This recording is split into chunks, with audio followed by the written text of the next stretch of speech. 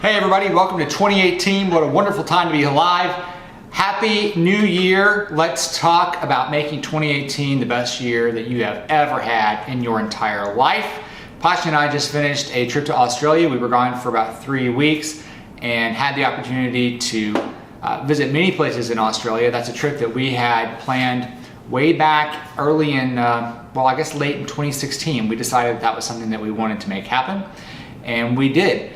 And what a great trip, what a great opportunity to see another part of the world and experience another culture and how they do things.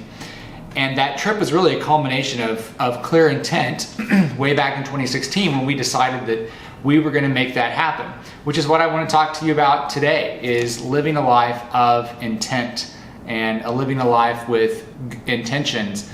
And what I mean by that is being in control.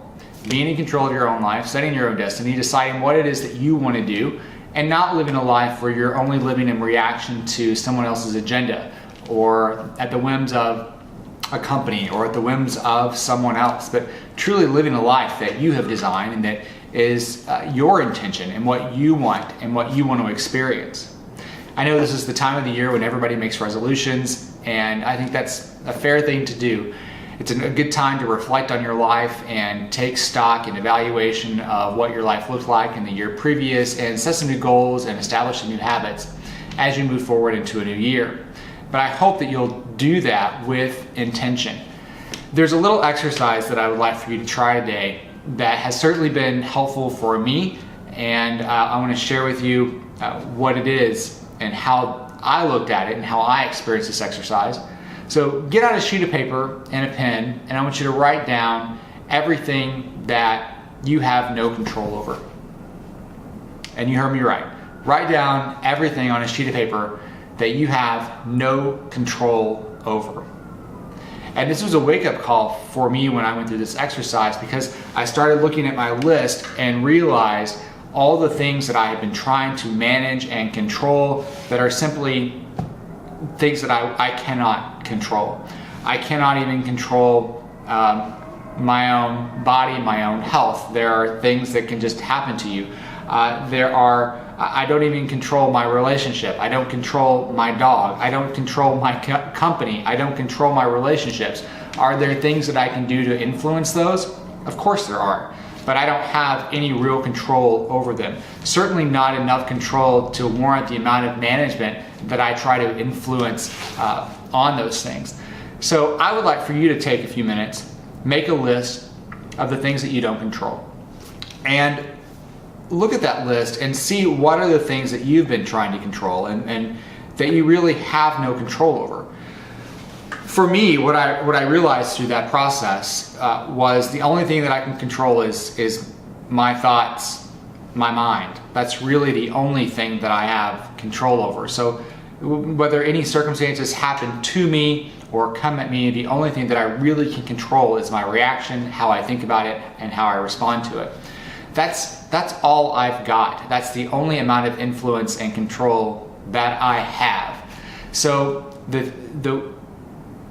one of the things that I'm really working on and have been working on for a long time in living the life of intention is getting down the right routine for me. For those of you that know me, know that for many years I have battled depression and dealt with issues around depression.